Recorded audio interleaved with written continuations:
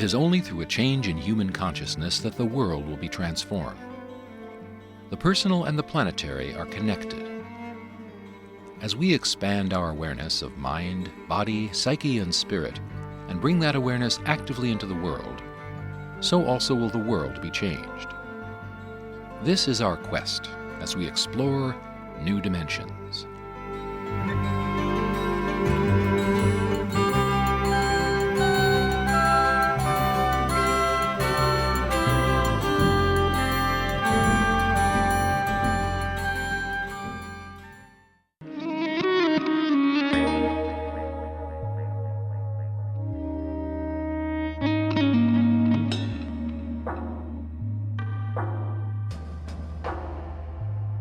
Rob Brezsny has been described as a renegade wizard, and he encourages everyone to join him in becoming smarter, wilder, kinder, trickier, as we create a new world right here, right now. Rob is accused of being a master of rowdy bliss. Some might doubt the wisdom of living in a state of pronoia, which Brezsny describes as the antidote to paranoia. I invite you to put on the hat of scrupulous curiosity and join the conversation with this benevolent prankster, Rob Brezsny. Rob Brezsny is the author of the most widely syndicated astrology column, Free Will Astrology. He is the author of the books Televisionary, Oracle, and Images Are Dangerous. He's been named Cultural Shaman by PopMatters.com, along with Timothy Leary and Robert Anton Wilson, and is co-author with The Beauty and Truth Laboratory of Pronoia is an Antidote for Paranoia, How the Whole World is Conspiring to Shower You with Blessings. Join us for the next hour as we take a love splurge while exploring the secrets of pronoia with our guest Rob Brezsny. I'm Justine Toms. I'll be your host. Welcome to New Dimensions.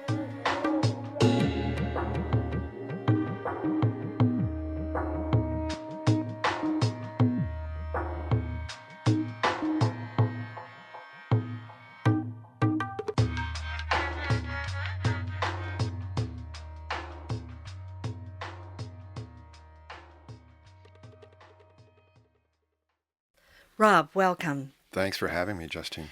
My pleasure. I want to start with pronoia. What is that? It's been described as a metavirus. Tell us about this. Pronoia is a hypothesis that the world is actually conspiring on our behalf all the time. Not necessarily in ways that serve our ego or that prop up our power and glory and fame, but which always give us exactly what we need, exactly when we need it. And it's a way of looking at the world that is opposite to a lot of the ideas that are prevailing now. And it's not just a blind, idiotic faith in creation, but rather a discriminating, intelligent understanding that actually all of creation is here to make us smarter, to liberate us, to relieve us of our illusions. We have to cooperate with it. The more we cooperate with it, the faster we lose our illusions. But it's not something that we have to fight for. It's our gift. Are you saying that Earth is not necessarily a galactic penal colony? Exactly. It's not a place where suffering is the norm. Certainly that's what it is. Or even punishment. That's right. And of course, pronoia goes against some of the prevailing religious ideas from both East and West that propose that life is a hell realm. And I certainly believe that we're evolving out of a difficult period of evolution. But what underpins everything that happens for us is this opportunity to create wonders that we're just beginning to understand how to do. I think I ran across in your book some phrase about how this is the only place that we can really transform ourselves. In certain religions, they talk about nirvana in the East, or they talk about heaven or some other place that you go to. But you can't do it there because That's right. It's already done. So can you talk about that, expand on that if you would? the Western mystery tradition, or the Hermetic tradition, which is somewhat ignored these days, it's a viable ancient tradition in the West, proposes that all the action is here in a body on the earth. This is where there are aspects of evolution that can take place that can't take place anywhere else. And we're actually great heroes to have volunteered to this very difficult task, voluntarily agreeing to lose our memory of the paradise that we actually are, the multidimensional beings that we have volunteered to do that in order to bring heaven into earth over the period of the eons. And so it's actually here in this material plane where we can accomplish things that you can't when you're merely in an astral body or between birth and death. I remember reading years ago, and I'm sorry I can't remember the book or who had written it, but it was something that was channeled from some other place. And it said something like, all the heavens are applauding us Yes. in this, in what we're doing, and it's not so easy in a physical body, and we are doing so well, they were saying, and it made me feel so good because we beat ourselves up about how we fail. I think those of us who are here are great heroes. We have taken the ultimate challenge, which is to bring heaven to earth, to create on the material plane the paradise that we were promised. Tell us a little bit about your background, Rob. When you first decided to change your whole life around, or maybe those first inklings, I think you were maybe living in Chapel Hill, North Carolina. Can you talk about that, please? I was fortunate to come of age at the end of the revolutionary period that we passed through in the 60s and 70s. And I was at first drawn to the necessity to change the political institutions, and then realized that it had to go a lot deeper than that. We had to change our consciousness if we had any hope at all of changing the institutions. As Gandhi says, be the change that you want to see in the world.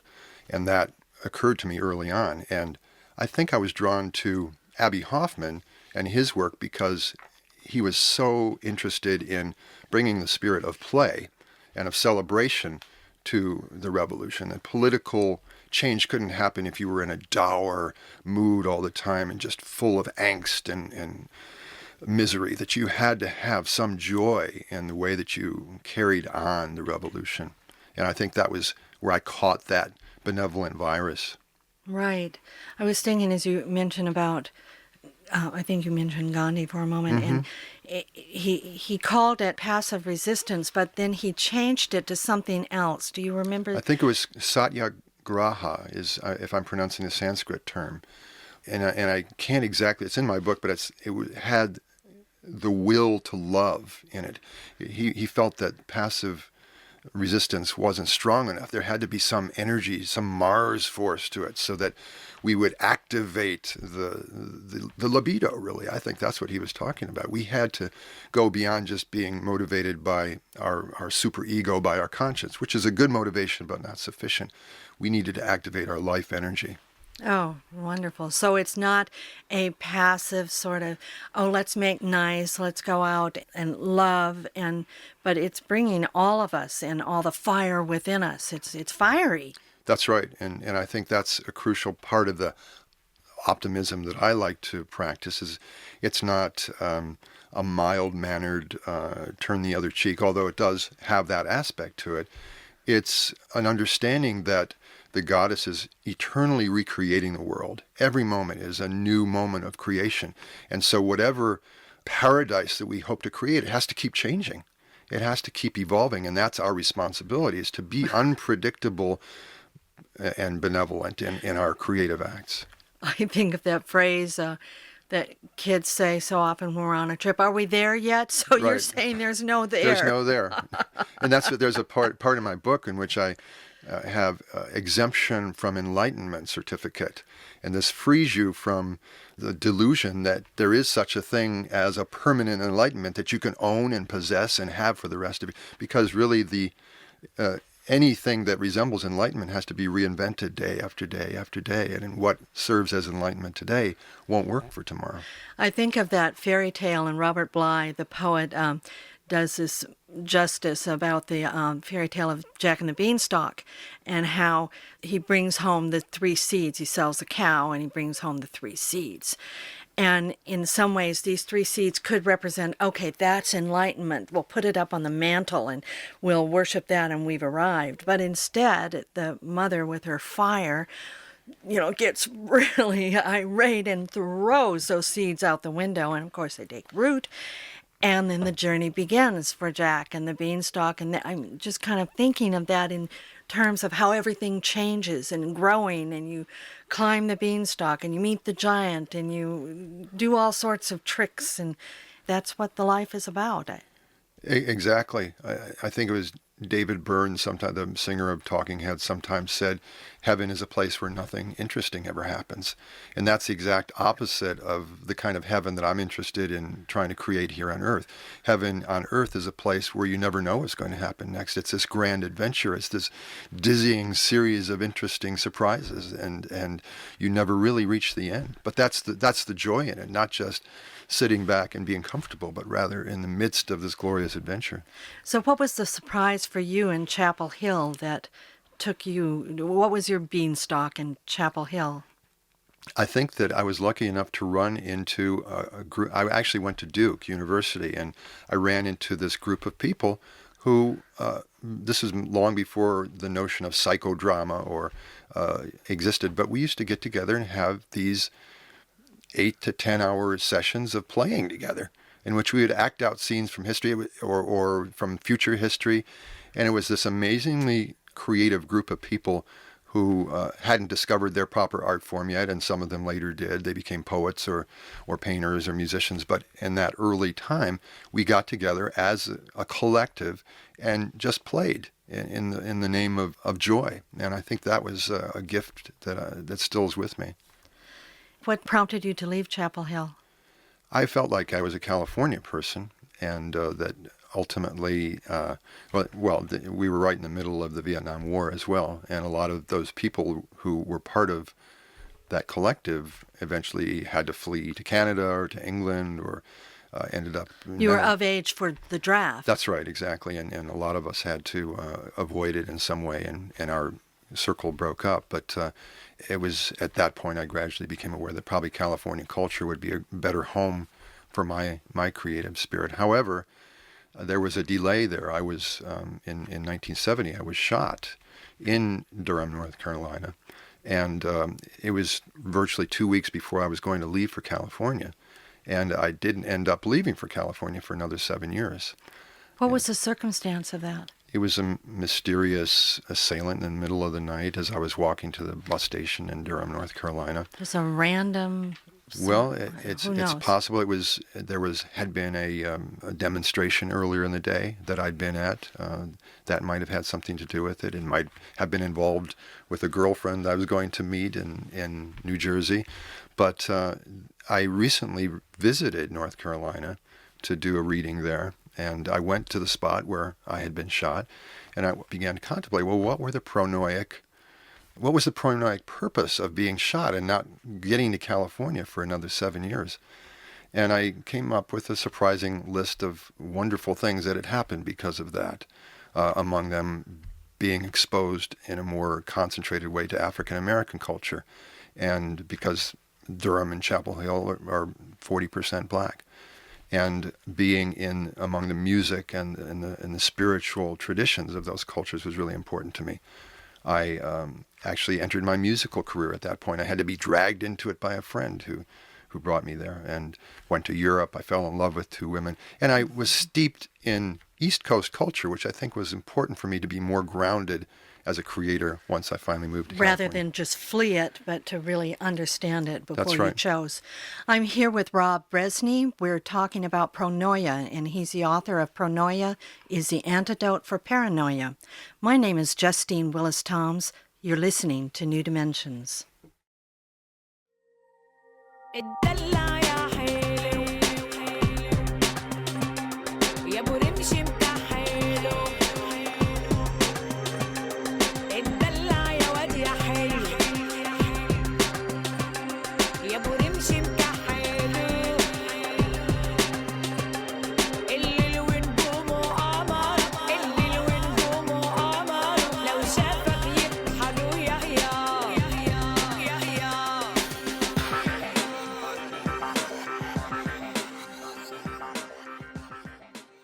I'm here with Rob Brezsny, and he is the author of Pronoia is the Antidote for Paranoia.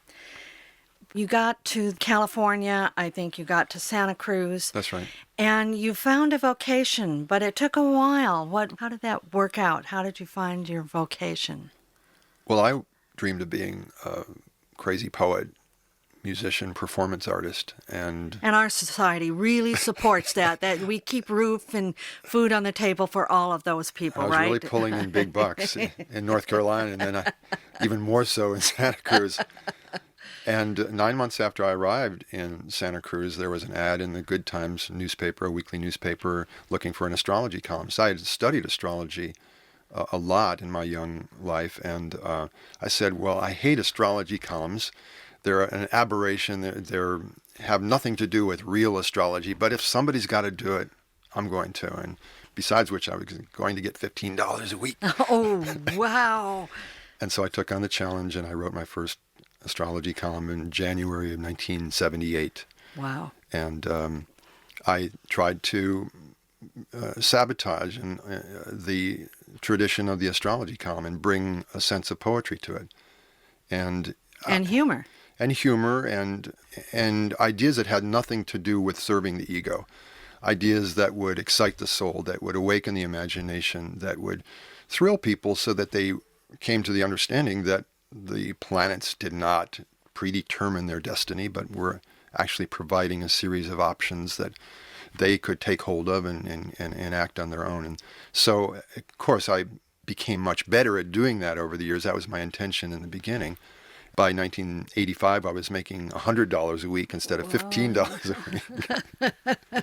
But I think early on, I decided I'm going to play for a living. I'm not going to work for a living. I'm willing to suffer in poverty if it allows me to play. And fortunately, I came from a middle-class background, and I had a lot of comforts growing up, and so it was easier for me to do without them and cook rice and beans on a hot plate that I bought with food stamps. And so I was able to do just fine playing for a living and making $100 a week for many, many, many years. Yeah. How did people respond to your column? In Santa Cruz, it was a big hit right away. And that was, of course, a tribute to, I think, Santa Cruz as a kind of open-air insane asylum come utopia. It was a mix of people living way, way outside of the box early on, and that was what nourished me. And, of course, there are many communities like that and came to be like that over the years. And now the column goes out to, what, more 130 different newspapers, and it's on the web in numerous places. And if you want to find it on the web, it's freewillastrology.com. That's right. Right, yeah. And it comes out on what day? Comes out Wednesday night or Thursday morning. Okay, all right. So if you really want it and you're a night owl, you might kind of check out in the early hours of the morning. You might get the new astrology for the week. And you probably have people who do that. Oh, yes. They stay up late waiting for it to be published. Yeah, yeah. I want to talk about another breakthrough time for you, and that was the time in the desert at Burning Man. So help us to feel what it's like to be at Burning Man. What is that? Well, for me, if we go back to that time at Duke University when I was with that group of people who loved to play and who created play, and then fast forward to Santa Cruz, which was this utopian-like place, and Burning Man was the next stop for me. And it had been going many years before I happened upon it. I first went there in 2001. Now, if people have never heard of it before, what is Burning Man? It's a week-long festival in the middle of the Nevada desert where there is absolutely nothing. And so it's not just a festival, it's somewhat of a test of survival instincts, and you have to bring in your own water, you have to bring in your own food. If you want to do anything that involves electricity, you have to bring generators. And it's a city. It's for a week-long time. I think at this point there are more than 30,000 people there. It's set up with well-crafted streets, and although it's all in the middle of the desert, and there is art everywhere.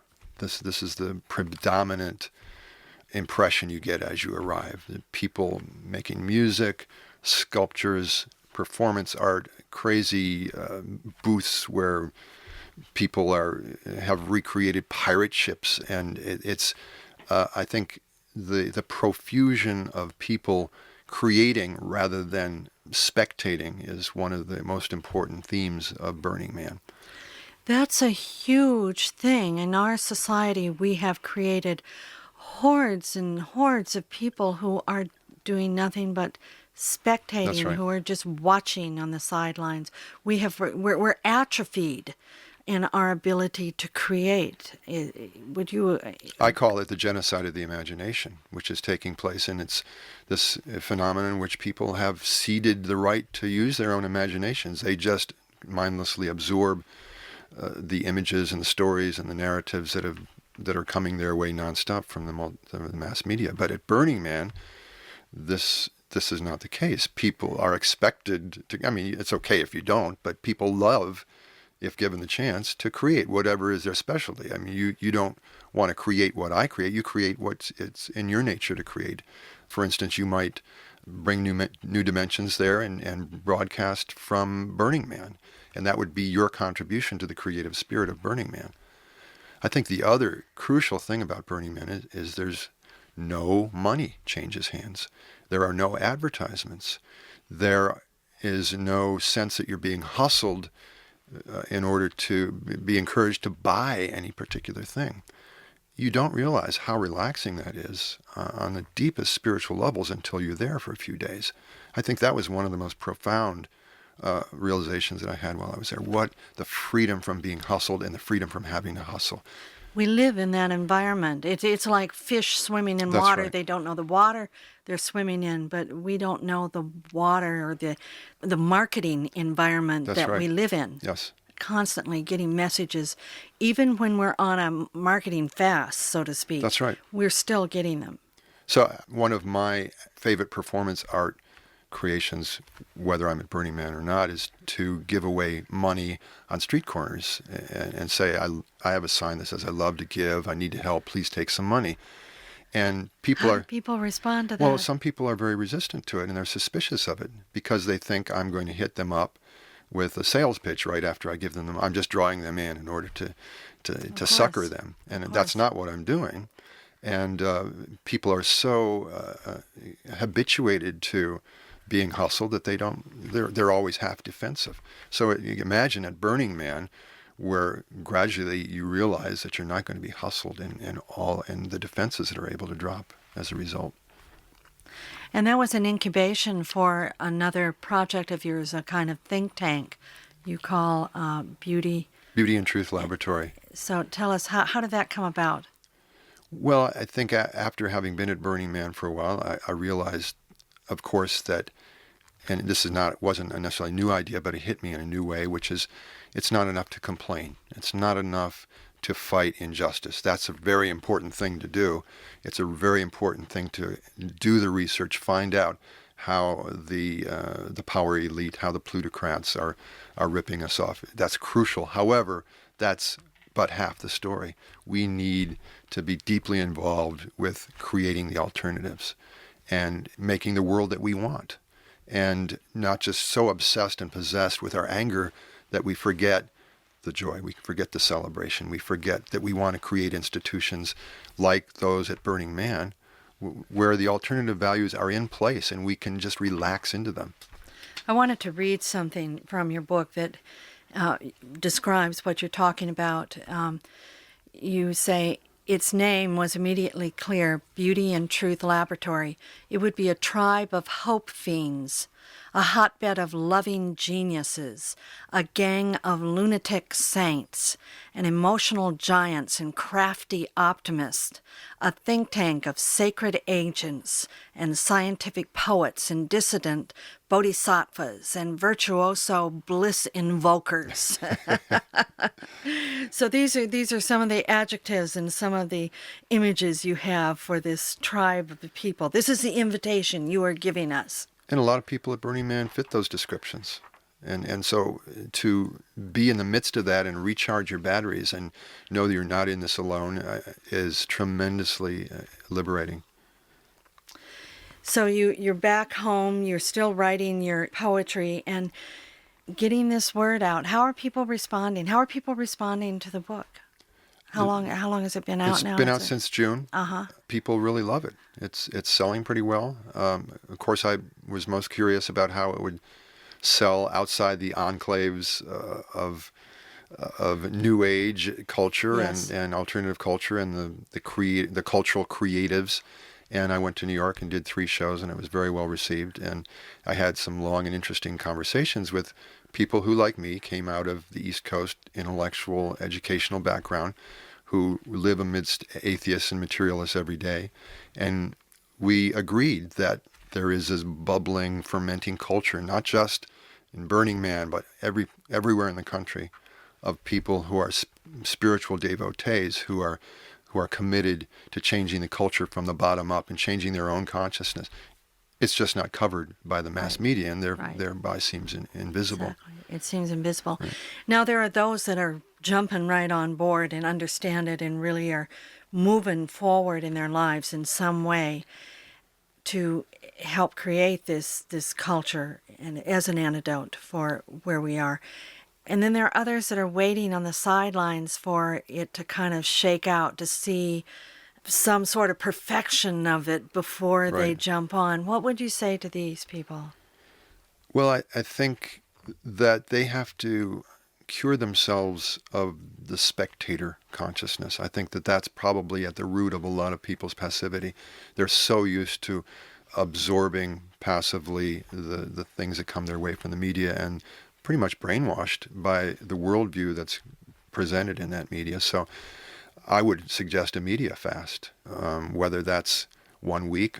Certainly when you go to Burning Man, you're on a 1-week media fast. There's no television, no billboards, no radio there. But do it yourself, and you'll be amazed. And once you return to the primordial silence, the imaginations that begin to bubble up from your own beautiful subconscious creativity.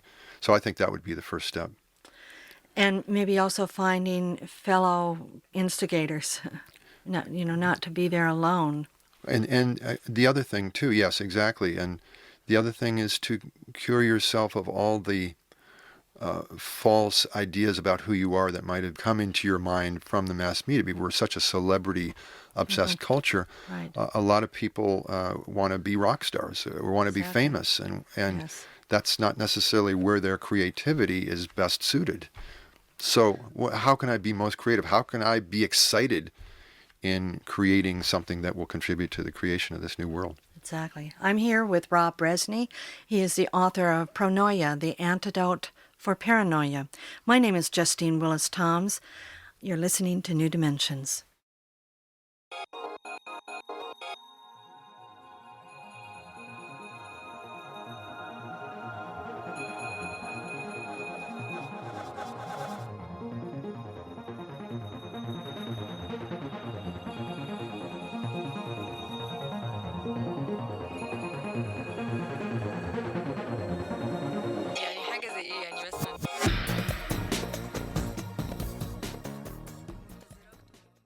I'm here with Rob Brezsny.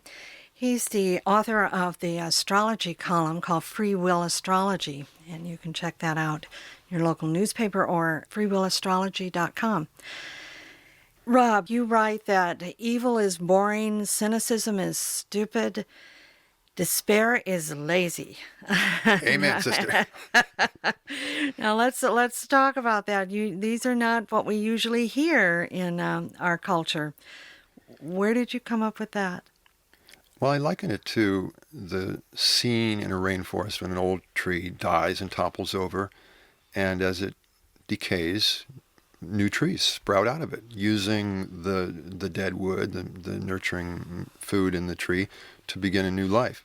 Now, if you were sitting there in front of that, would you tell the story of the rot? Is that the only story you would tell, or would you tell the story of the saplings that are sprouting from the dead tree?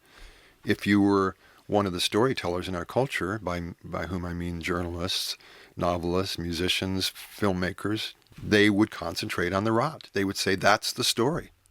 And I think that that's part of the story. That's maybe 30 or 40% of the story, but at least as interesting as the story of what's sprouting, of what's growing. And I liken that to what's happening right now. I think there is a sense in which we're living in the midst of the apocalypse, both in the modern sense that things are collapsing, and in the ancient sense of the great awakening, the great resurrection. And these things are happening side by side. And it's irresponsible to dwell on simply the things that are rotting, the tragedies, the misery, the suffering. And it's dishonest, and it's lazy. And I think that I would like to call on smart people, artists, people who think for a living, to notice the rest of the story. What you're saying is that you want to give equal time to the stories of tragedy, failure, tumult, and how bad life is, and because that's what's being reported right now in all the media. That's 97% of the story. Right. And I'm just asking for equal time for the stories of harmony and integrity and pleasure and redemption. And there are lots of stories like that. And furthermore, I think there are a lot of stories that are really interesting. Well, that's what I was going to say. People in the news will say, well, this is boring. Right, and I think that's irresponsible and lazy. They just are so addicted to stimulating fear as a way to attract attention that they haven't investigated the possibility that stories of redemption can actually be fascinating. And I hope in my book I've presented a lot of those stories. This is not Ronald Reagan's version of optimism. He said, oh, well, 2,000 planes took off yesterday and all of them landed safely. Yes, that's good news, but that's not the kind of good news that I'm interested in talking about. And furthermore, it's never going to supplant the bad news that the journalists and the storytellers say is the gist of what's happening to us. I was struck by a quote that you picked out by Lewis Carroll, who was the author of Alice in Wonderland and other works. And he said, it's a poor sort of memory that only works backwards. Mm-hmm. And that struck me that's what the nightly news is doing. It's working backwards. Yes. It's reporting on the backward actions that have taken place rather than project. And the worst part of the backwards vision, too. And it's not that the stories of redemption are completely invisible, but they're, for instance, this human security report just came out in October, and this said that the number of wars, genocides, and coups d'etats has decreased 40% since 1991. Arms sales between countries are down 33%. The number of refugees in the world is down 45%. This is buried way back in the Washington Post. That should be on the front page. And just a week later, the FBI reported that violent crime has decreased 50% since 1993, that crime of all sorts is at the lowest level ever reported since they began recording crime. Shouldn't that be on the front page? I think that's interesting. I think it's something that captivates the imagination. Well, something that captivated my imagination is a quote you also have in the book, which it would be like reporting something I think fascinating. You quoted mathematician Ralph Abraham, and he said that heart physiologists find more chaos in a healthy heart than in a sick heart. Now, I wanted to have some follow-up on that. Now, what does that mean? There's more chaos in a healthy heart, and that's where so much of our life force emanates from. And so, is it that we thrive on chaos and a sense of wonder rather than straight lines and sitting in our rows and behaving ourselves? Yes. Well, there are two kinds of chaos. There's the chaos that demeans and degrades and makes us miserable, and there's fertile chaos that is at the heart of every artist's drive to create. And that's what I want to celebrate. And there's another quote in the book that says, most systems, not just the heart, but most systems thrive on a certain amount of chaos, of unpredictability. And I think that's got to be at the heart of our optimism. This is not, again, not some straight-edged, orderly optimism. This is one in which adventure is happening. Now, that's where so many people say, oh, we need conflict to create. Right, and most storytellers believe that. Ursula Le Guin is she's written science fiction as well as other novelists, and she decries this as, excuse the antiquated expression, as a patriarchal form that thrives on conflict. That's the only way that the plot can be advanced.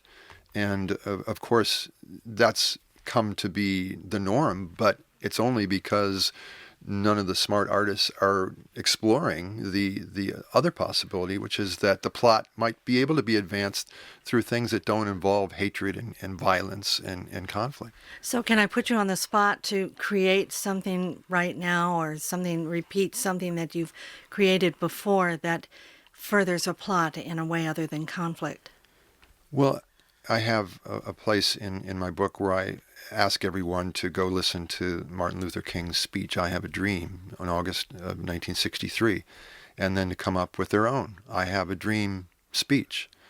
And I've created an I Have a Dream speech, and I say, I have a dream that in the new world there'll be a new Bill of Rights, and the First Amendment will be your daily wage will be directly tied to how much beauty and truth and love you provide. In the new world, childbirth will be broadcast on primetime TV every night. In the new world, we'll add an 11th commandment to the standard 10, thou shalt not bore God. In the new world, you and I will grow up to be rapturists, which are the opposite of terrorists. A rapturist is a tricky saint who steals your pain and drives you insane with joy and pleasure. A rapturist is a brilliant fool who breaks the rules to make you drool with outrageous delight and shocking beauty. And I go on, imagining the stories, the adventures that are part of the new world that I'd like to see. And some of them are fanciful, some of them are more practical, but that's exactly what I want to be part of our new world political discussion. And it's been said that everything is born twice, first of the imagination and then in the world. So if it can't be imagined, it can't really be born. That's right. And let's go crazy with our imagination, knowing that not every aspect, not everything we imagine is going to happen, but that's how it starts, is having the exuberance and the freedom to imagine anything. You have a lot of blank spaces in your book, Yes. where people can take their own notes as they're inspired and just write all over it and do whatever you can to make it yours. And you talk about a question. What is an important question we must ask ourselves? Maybe even getting up each day and ask ourselves a question. And what question would you suggest that would be a good one? What's working for me right now? What fills me with delight? What makes me feel at home in the world? Write that down today. Write 3 things that fill you with delight. And do that every day. Every day. And so these sorts of writing things get you up in the morning and put you in that frame of mind that is more expansive, more creative, more grateful. Yes. Remembering how the universe supports us. That's right. So anything that we can do to do that is going to be more healthy. Well, there are a number of new books coming out that purport to be about the science of happiness, just in the last 5 years. And I've read a few of them, and all of them agree that the number one requirement for living a life that has joy at the center is having the intention to make that happen, strangely enough. Well, you say that the world is run on self-fulfilling prophecies. That's right. So there you go, that we prophesy that I'm in joy. I mean, that's right. And if you wake up with your head filled of all the things you have to do during the day that are unpleasant, and that's probably, you're going to attract more of those kinds of experiences. That's just a law of life. yeah. So we can't repress our suffering. We can't, and that's not what I'm advocating whatsoever. In fact, I like pronoia, from my point of view, is about welcoming our challenges as potential sources of future blessing, as exciting teachings that will lead us to our next breakthroughs. So even problems, if approached in the pronoic way, become a source of potentially of liberation. So give an example. Well, for me, some years ago when I broke up with a woman who I'd been with for some time, I was devastated. I could hardly function. And I vowed from the beginning that I was not going to wish her ill, that I was going to take this as an opportunity to overcome any part of me that would want to curse. I was going to work to bless her. And if I could do that in regard to this person who I felt had hurt me, then I could do it to anyone. And I would build it into my very habit nature to give blessings, even to the people who didn't give blessings to me. So how would you do that? You would get up in the morning and remember that you've broken up and for a moment you might feel sad or angry, and what would you do right in that moment? Yes, exactly. It's exactly in the moment when you're feeling the difficult feeling that you create some sense of generosity. I would think about the good things about her, about what she had given me, about the lessons that she had taught me, both things that I enjoyed learning and things maybe I didn't enjoy learning, but I realized that were going to be very valuable to me in the long run. So to concentrate on the blessings that came my way through that relationship and even through the breakup. We're here with Rob Brezsny. He's the author of Pronoia is the Antidote for Paranoia, How the Whole World is Conspiring to Shower You with Blessings. He is also the author of an astrology column called Free Will Astrology. My name is Justine Toms, and you're listening to New Dimensions.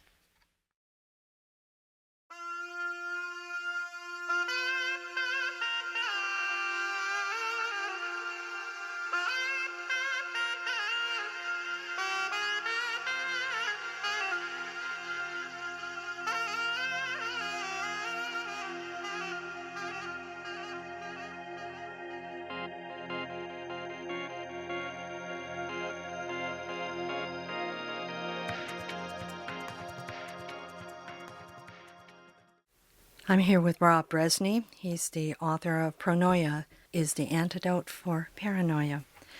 You mentioned that the whole point of poetry is to dynamite the ruts cut by ordinary waking consciousness and sabotage cliché and common sense to reinvent language. So let's talk about poetry. What is it and why should it be part of our lives? Unfortunately, poetry has been somewhat ghettoized. I think in our culture it's just practiced by academics or people who teach at universities. I don't demean those people. I'm glad they're helping to keep the tradition of poetry alive. But let's say in Nicaragua, many people think of themselves as poets, and poetry is published on the front page of some of the newspapers. And it's a democratic art. It's something that's practiced by a lot of people. And I think essentially that poetry is an understanding that language matters in the way that it shapes our thoughts, in the way that it shapes our experience. And we can actually recreate what happens to us by the way that we name it, the way that we talk about it. So that's the impulse at the heart of poetry, is that those of us who aspire to practice poetry may actually reconfigure the way, not only that ourselves, but the people who read us, we reconfigure the way that reality works and the way that reality sets. And that furthermore, if we're really committed to the art of poetry, we're constantly overriding what we knew about language and what we knew about experience yesterday. And we're, again, trying to tune into the goddess's ever-fresh creation, what's new today. One of the circles that I am part of meets once in a while, a couple of times a year, and we pull poetry out of a hat, so to speak. And we read a stanza or two of that particular piece. It could be Rumi, it could be Rilke, it could be Neruda. Then we all repeat it, and we just use that for a whole go-around of the circle, and everybody using that phrase and letting it speak. And we sing it. We actually don't speak it. We actually do it in some sort of song, which takes us to another consciousness. Right. It becomes a prayer. And I think that another, and this goes along with what you're saying, another purpose of poetry is to demonstrate that the rational mind doesn't have it all figured out. We shouldn't demean the rational mind. We have a great, the great privilege of the intellect having been so well developed in our age, and the scientific method is one of the greatest gifts that we've ever been given. However, it doesn't explain all of reality, and the human being can't survive on the rational alone. Oh my, is that right? Oh dear, a lot of people forget that. We need, and that's, unfortunately, I think that's why there's so much superstition in our cultures, is people just grasping at anything that might provide an alternative to all the experts who say they've got it all figured out and all the rational explanations. This is how it happened and this is the final word on what happened. No, there's always some mystery behind everything that happens to us. We should be full of questions all the time. And poetry launches us into that state of mind where we can honor the irrational without being crazy irrational. That reminds me that you really encourage us all to participate in going into what you call the mysterium or the fourth dimension. So what does that mean to go into the fourth dimension? Well, I think we're always there, but unfortunately our culture, almost alone among all the cultures in the history of the world, doesn't believe in other dimensions, other realities besides the one that can be perceived by the five senses or by the scientific instruments that we've invented to extend the senses. And I think this is probably at the root of a lot of our suffering, that we are not aware. For instance, many cultures celebrate the ancestors, and the ancestors are there with them as advisors, as helpers. The gods and the goddesses, the angels. The New Age has made a caricature of some of those forces, but every culture has celebrated them in some way and has brought them into the mix. I can remember Alice Walker, who's an author, a poet, political activist. And she was telling the story of being in New Zealand with the Maori people. And now they didn't know her. They had no preconception of who she was. They didn't know she was a writer. They didn't know anything about her. And one thing that Alice really respected and brought into her life and her being is the communion with her ancestors. Mm-hmm. And she felt them very present in her life. And when she walked into this ritual with the Maoris, one of the elders said right away, "Oh, you walked in with a great, great company of ancestors." They could see them with her. And that always struck me to prove your point. People who worship the materialistic way of looking at the world think that ancestors and angels and gods and goddesses are metaphors or some delusion of the mind. But every culture, pretty much throughout history, has said, no, they're real. They're real in a different way than the materialistic world imagines, but they are real, and we need to acknowledge them. We need to have relations with them. We need to have relations with the totems of the animal kingdom. We need to have relations with the spirits of plants. I think that's one of the impulses to take drugs, is to tune into those other states, which is what they allow in some cases. I don't think that's necessary. I don't think that's a given in how you can achieve communion and contact with those other states. So you've written this book, you're speaking, you do your column. People might project on you that, okay, here's the teacher I can follow. Here's the guru. Here's the guy who's got all the answers. What is your answer to that? Don't do it. Don't project onto me masterhood or adepthood or anything. I'm just experimenting like you are. I'm exploring, and I've been given the privilege of expressing my ideas in a way that you can hear. But my goal is to inspire you to think your own thoughts and to awaken your imagination. I'm glad that you consider my thoughts and the products of my imagination as valid things that might be interesting to you, but don't let my ideas shut down your imagination. I want you to fully awaken to the beauty and the truth that reside within you. So it sounds like you want to create more playmates. Yeah, it's in my interest. It's in my interest for you to be smart and wild and kind and tricky. And do you have a community in your daily life that of people like this that want to play in that realm? Well, it comes and goes. Yes. The Burning Man community Definitely. is very important to me. Yeah. And so you keep in contact a little bit Yes. with these people, even outside of it's 10-day ritual. Well, it's a 7-day, but a lot right. of what's happening with Burning Man is this notion, let's make Burning Man 365 days of the year. Let's not just make it a 7-day festival in the Nevada desert. And so there are a lot of parties and events that are happening all over the country in different communities in which the spirit of Burning Man is brought to bear. Mm-hmm, mm-hmm. So how about the idea of the meek shall inherit the earth? You have a different take on that. Who should really inherit the earth? People who work at their play and play at their work, and who express both their male and female sides, who understand that generosity is one of the greatest selfish gifts you can give yourself. In other words, doing things for other people is inspiring to you.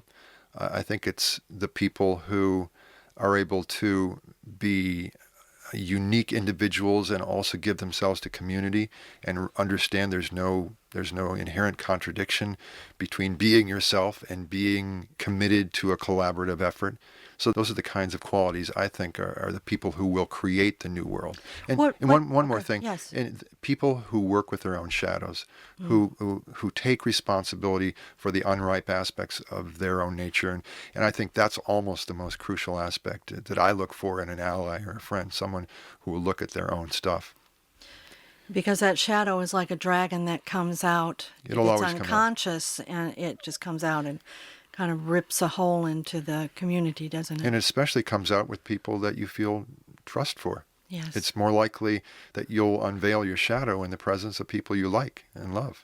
So what do we do with when that comes out? Because inevitably it does. We're all working on that shadow, and, Right. and we don't know it till sometimes it comes out, and we're in a safe enough community for it to appear, and then we can feel betrayal of each other when that shows up. Yes. And I go, oh, Rob, Right. I thought you were this, Right. and And you now you're did that. not. Oh my goodness. So what do we do with that? So what would you suggest? Well, to make a commitment to seeing that in ourselves, and to have that as part of the community's shared commitment. Yes. Put that right at the top. We're going Like a covenant. That's right, exactly. It's an agreement that we make with each other that, well, we're not always going to be perfect in the way that we do this, but that's our intention, is to look at our own stuff and not just spew it willy-nilly on our friends and loved ones. So any words about how to live the joyous life?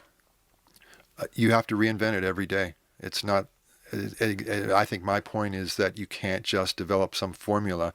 You have to be committed to it. And I think that if you ask the question every day, Goddess, God, divine power, what can I do today to live in joy and to spread joy and liberation? I think you're going to get an answer every day. That's my understanding about the way the universe works.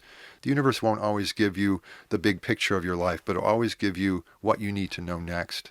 So take those baby steps every day and you'll get up the path, whatever that is. And I think once you get the hang of it, then it's going to start flooding in even more things that you can do to devote yourself to the way of joy and liberation. Rob, it's just been a pleasure being with you today. Oh, thank you. I enjoyed it too. Oh, I'm so glad. Rob is the author of Pronoia is the Antidote for Paranoia, How the Whole World is Conspiring to Shower You with Blessings. He's also the author of an astrology column called Free Will Astrology, and you can check that out in your local newspaper or go to freewillastrology.com.